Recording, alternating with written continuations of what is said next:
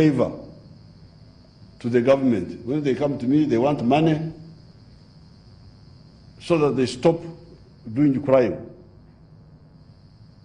Then I was telling them that you people, you are not, you are obliged to keep the law. It's not a favor for you to keep the law. It is a duty. But because of the weakness of the police, some of these people had lost balance, and they think that working for peace is something the government should pay for. If you don't pay us, we shall cause chaos. And like the young people I was meeting in Rwakitura, they were telling me how they had plans to ban, their leaders, their criminal leaders, had given them plans to ban Kampala, to cause chaos. I told them, I said, you can't do this. You cannot ban Kampala. If you ban Kampala, if you try, forget you will not succeed, but if you try, you will perish. So it is that background that caused these units, which have nothing to do with the civilian matters, to come into Kampala. Now, on account of that background, information was received that this unfortunate young person, Zebra, was training boxers who then would be used by some people to attack civilians.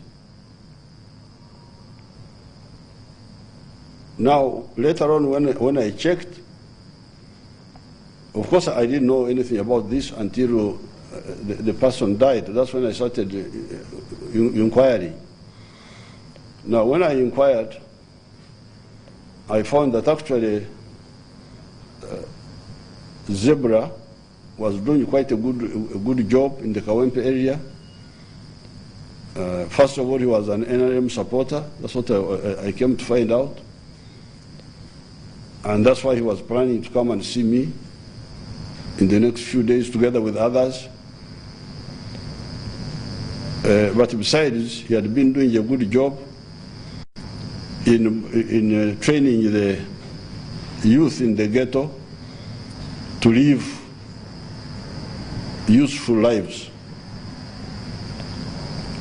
I, however, got some information about how some of the youth trained by him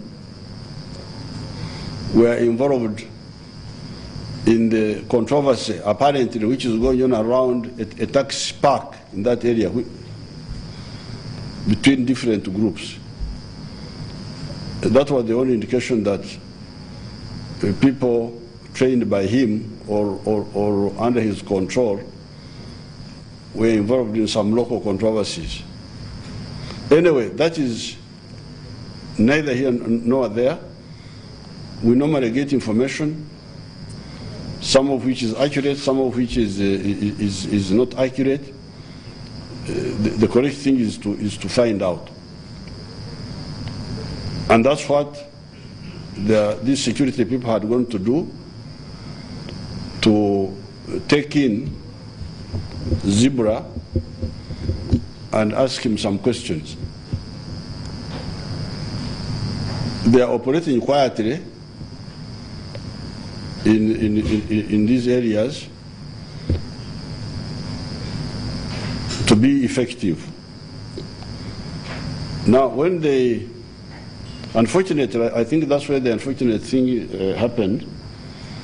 When they got to the house at around 12, at 3 minutes past midnight, they knocked and they wanted People inside opened for them, but the people did not open.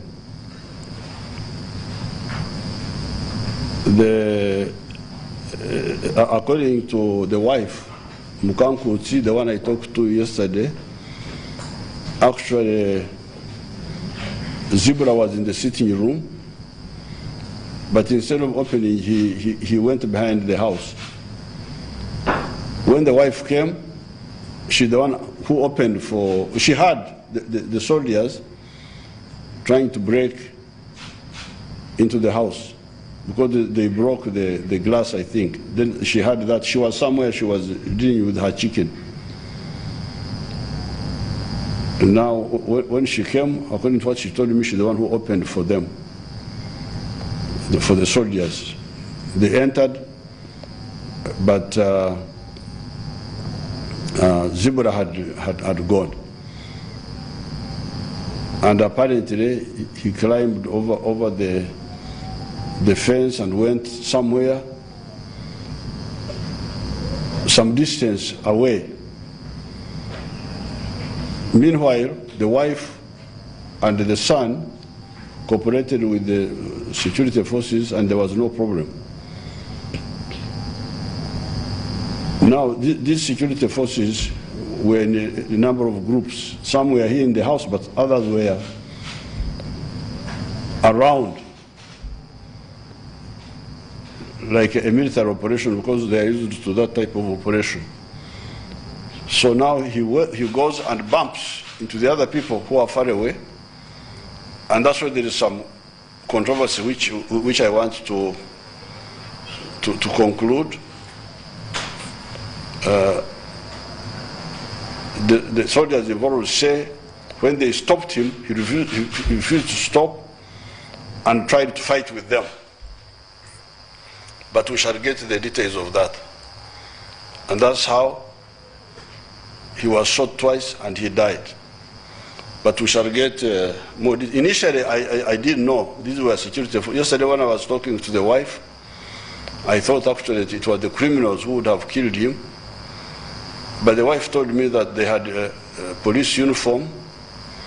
And I said, but sometimes the criminals, especially those who are sponsored by some of the external forces, can steal police uniform and pretend to be police when they are not. And that's why I really, for almost 12 hours I was checking until later on, the security forces knew that I was involved, and then they informed me, and that's how I came to know that it was our own people who were involved. I'm very sorry about this. I've already talked to the wife and the son, and I'm going to investigate the whole situation, and I will inform the family and maybe the country later. However, this is all due to the reckless actions of the opposition groups, because wherever I go, they talk of intimidation. People are crying that they are being intimidated by the opposition elements. The other day I was in Mawokota, and the Honorable Nakawuchi was crying about intimidation by the group belonging to NUP, that they were threatening people that if they don't vote for them, they will kill them. Well, I told Nakawuchi that that will not happen, and I would like to get details of those who are doing that, and we shall deal with them. The other day I was in Rakai, it was the same story. I therefore would like to advise the opposition, especially those who are fond of this, these particular groups, that this will not work, for them especially. Nobody should intimidate the people of Uganda. If you want, if you have got a point of view, convince the people. Don't intimidate, either by word or by action.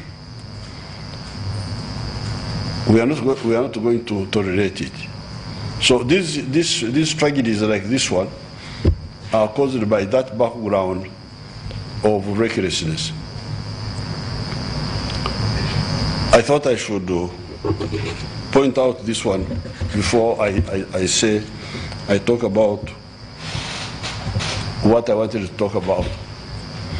This year, 2020, is coming to an end. It has been a year of testing countries, not only Uganda, but all countries of the world. Here in Uganda, we had a number of tests, of challenges, to see whether we can manage or not. We started with the floods. The waters of the lakes and the rivers rose up to record levels. In May, the level of the water in Lake Victoria reached 13.49 meters. This is the highest ever in all the recorded history of Uganda. Ever since the British came here and started keeping records, the previous highest level had been in 1964, when the lake was at 13.41 meters. But this time, it went to 13.49. Even today, before I came here, I checked with the engineer who deals with water. He's saying that the water is still at 13.22 meters. This is incredible. It has been at that high level now for almost a year. And yet, at Jinja, they have been releasing water. At one time, they went up to 2,400 cubic meters of water per second. The normal release at Jinja is normally 800 cubic meters per second. But this time, they had to go 2,400 cubic meters per second to make sure that the water in the lake does not swallow the countryside around.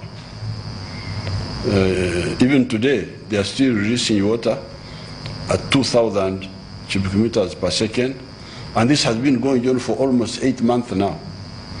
So you can imagine what would have happened if we didn't have this capacity of releasing water at Jinja.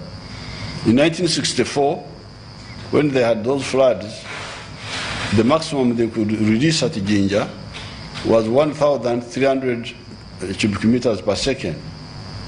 But this time, we are able to go up to 3,000 cubic meters per second.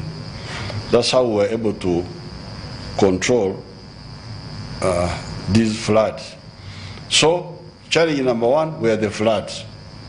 People were worried that the water could destroy the power stations along the Nile. Then we had the floating islands caused by the high water. Again, relying on our internal means, we were able to scoop out all the floating islands along the Nile. That was challenge number two. Then we had the landslides in the mountain areas. Again, we dealt with those. Then we had the locusts in Karamoja. Because the system in Africa and Arabia has broken down. In the past, the locusts were handled in Yemen and along the Red Sea in Somalia, in Eritrea. However, all these countries, many of these countries are in crisis now. So the locusts are not handled there, because these are desert locusts which lay eggs in the sands of the Red Sea And then when the eggs, when they hatch, the locusts fly out. In the past, they used to kill the young locusts, which the Wanyankore called Eptotera, kill them near the breeding site. However, now because the governments have collapsed in those areas, in Yemen, there's no government, in Somalia, a lot of problems, so the spraying did not take place. So therefore, the locusts multiplied until they were fully contented that they had multiplied incredibly, and then they came here to East Africa in big swarms, and people were very worried that. But for us, we were ready, and we killed all the locusts. Then came, so that's challenge number 4. Then came COVID-19. I appealed to you, I say, please, this disease is avoidable. I was here many evenings telling you what to do to avoid the virus. Initially, there was some cooperation. Then, at some stage, some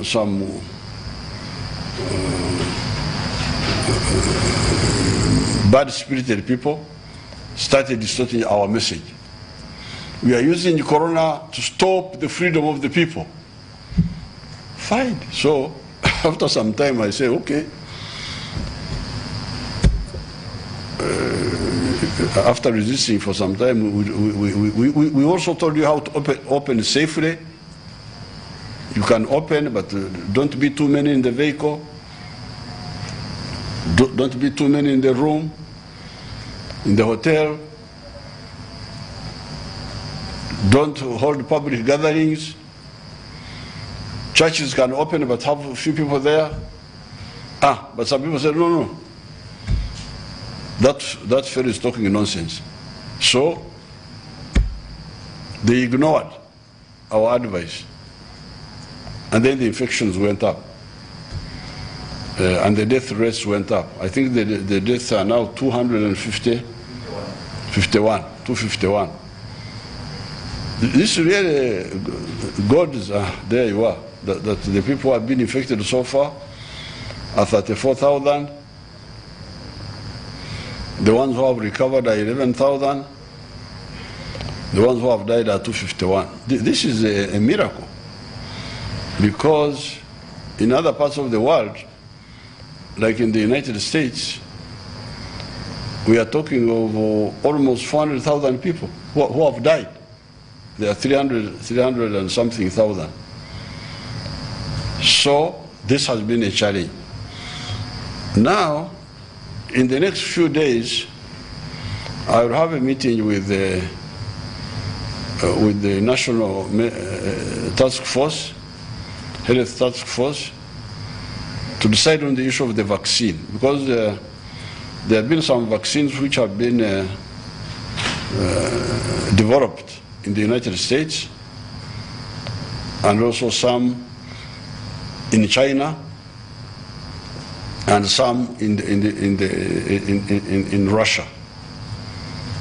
I even hear that Iran has developed a vaccine also. Even here, we are working on a vaccine, but we delayed here. There were some delays because of the wonderful civil servants who, but also internationally, people think Africa should not have a vaccine of their own. This is what I was told. Because when we were importing some machines, you Africa, what do you need this for? Africans don't need this. We had to answer a question to show why there is a certain machine which is very important in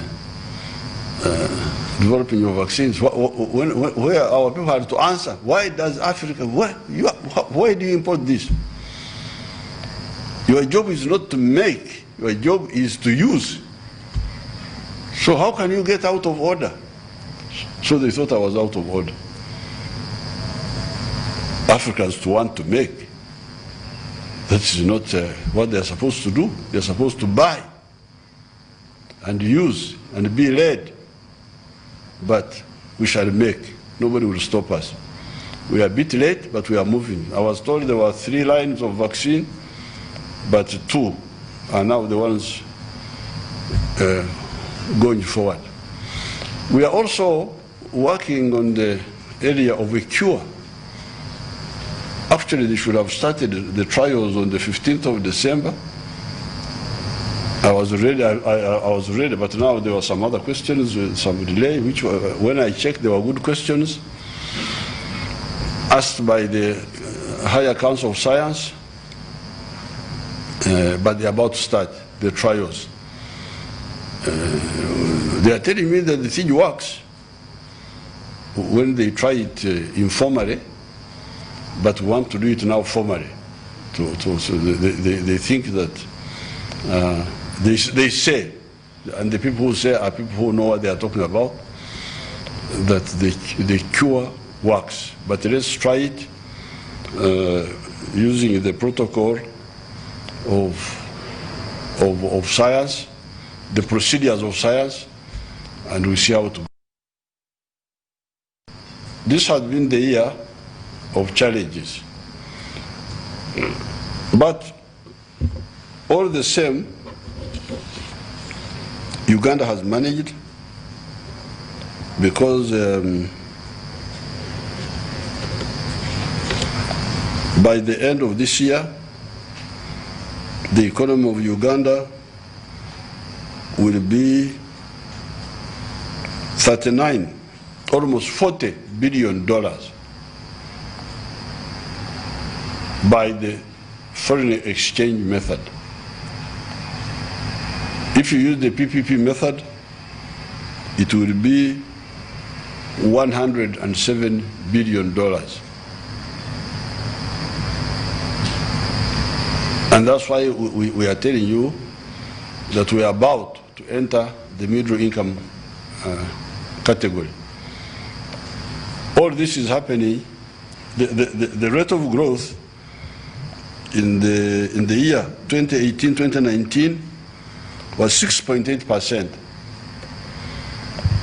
And this year would have been about 6 or 7% if it was not for this corona. The economy is now recovering. Last year, because of the corona, 2019-2020, it grew by 2.9%. This time it will go by 3.1%. But what is interesting is that people who are not Ugandans somehow understand things about Uganda better than the Ugandans. There is this group known as Bloomberg. Bloomberg, there you are. Bloomberg is a privately held financial software data media company headquartered in New York. Now, recently, it was ranking the rate of growth of countries in the world. You bring the world one, not this African one only. This is the world one. The one of the world. You didn't put it? The world one is here. If you take the whole world, the fastest growing country for the last 1, 2, 3, 4, 5, 6, 7, 8 years. They are there, but the letters are not very clear. The fastest is Bangladesh, then followed by Ethiopia, then Vietnam, that's number 3, China, that's number 4. Uganda is number 5. In the whole world. There you are. Then followed by Ivory Coast, Egypt, Ghana, Rwanda, Kenya. So, in spite of the challenges,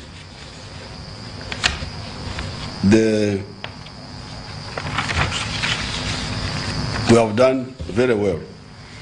But as I've been telling you during the campaigns, if we solve a number of issues, there is nothing to stop Uganda. And we are achieving all this before we take advantage of our petroleum and gas. This is all without gas, without petroleum, without gas, without minerals actually. And yet our minerals sector is quite considerable. If you look at the gold, you look at the iron ore, you look at the copper, you look at the marble in Karamoja, you look at the petroleum, it's quite considerable deposits. Big deposits of bauxite in aluminium clays, in Bugweri, in Busoga. So, our potential and our future is very bright. So therefore, now that we are going into the elections in the next 2 weeks, I appeal to all Ugandans to really be patriotic for once. I am getting, in my job here as head of government and head of security services, I get all sorts of information. People who are planning to steal elections, including election officials who are bribed and change results or facilitate people who are not supposed to vote or facilitate multiple voting.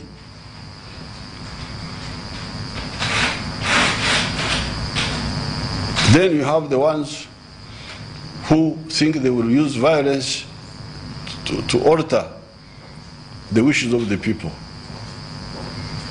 They will bring this group, they will bring that group, I don't know from where.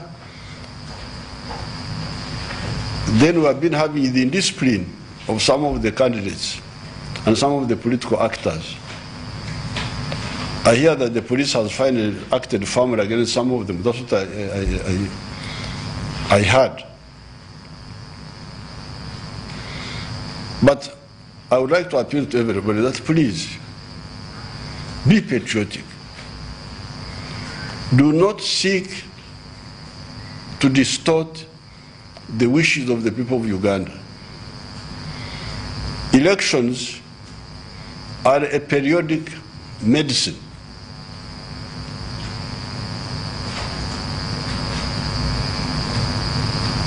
And that's why elections should not be interfered with by anybody.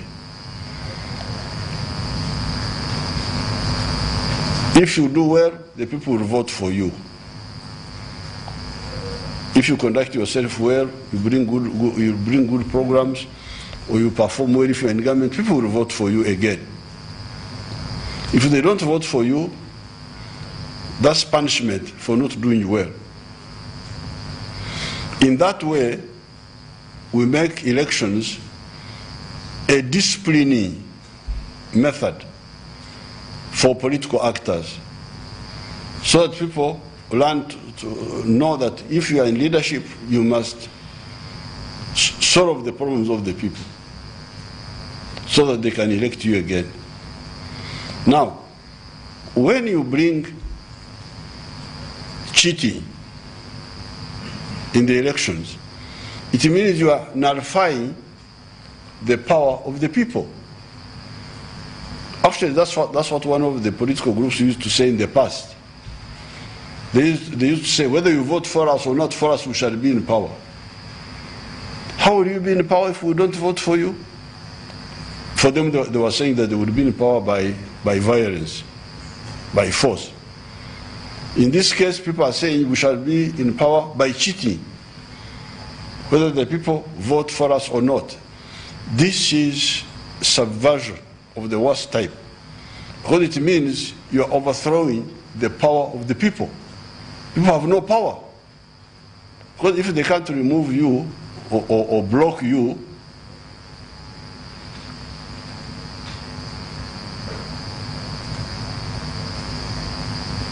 when they are not happy with you, then how would they solve their problems?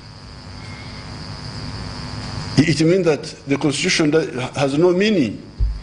So therefore, I want to warn all those involved in this. Do not miscalculate. Do not miscalculate. I am here in two capacities. First of all, I have been elected by my political party and by the people of Uganda repeatedly to look after their affairs. And I cannot allow their affairs to be messed up by criminals. You better note that. I will not allow the affairs of the people of Uganda to be messed up by criminals and traitors. Because if you cheat the people, you are a traitor. The Banyankole say, you are a useless person, like a child who steals from the mother. Because if you can steal from your mother, what are you for? Your mother is Uganda. You have no right to steal from Uganda. All of you who are involved, please stop, because I know. And I would act. Secondly, I am the head of the Banansuko, the bushfighters. I'm their head. I've been leading them for the last 50 years, since 1971, if you don't include the student years. So we cannot allow the revolution of the people to be destroyed by crooks. So therefore, I appeal to everybody concerned, please, in the remaining weeks, excel in conduct. Don't excel in misbehavior. Try good behavior. I've been campaigning I was campaigning for 2 months. I never held a single rally. Nor did I stand up in the car to wave, to show myself how beautiful I am, how handsome I am.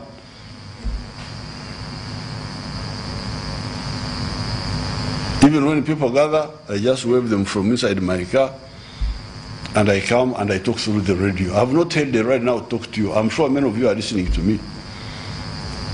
If you have got something to say, why can't you say it in a safe way like I'm now here talking to you? So please, I appeal to you.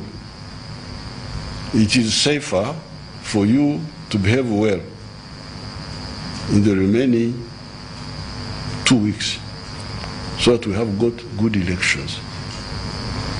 Don't be tempted to think that you are too clever, because we are here. And we are here with our historical mandate and with the popular mandate. And we shall not tolerate anybody to mess up Uganda. I thank you and I wish you good luck.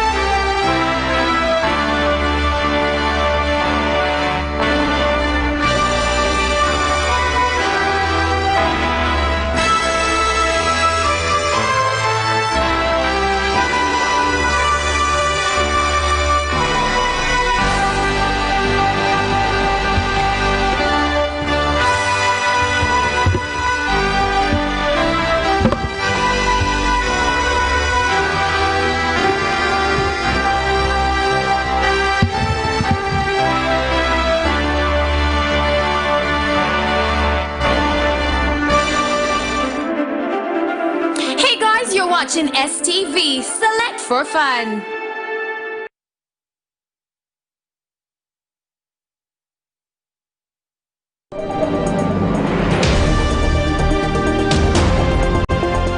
At exactly 8:45 p.m. East African Standard Time, join me, Elijah, to Yagmanawe, putting focus on current affairs, be it political, social, or economic news.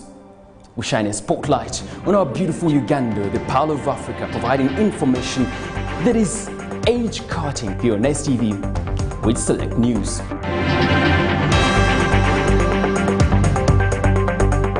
One step into the country and you will know Uganda is a magical destination. Perfect description of nature reflected on its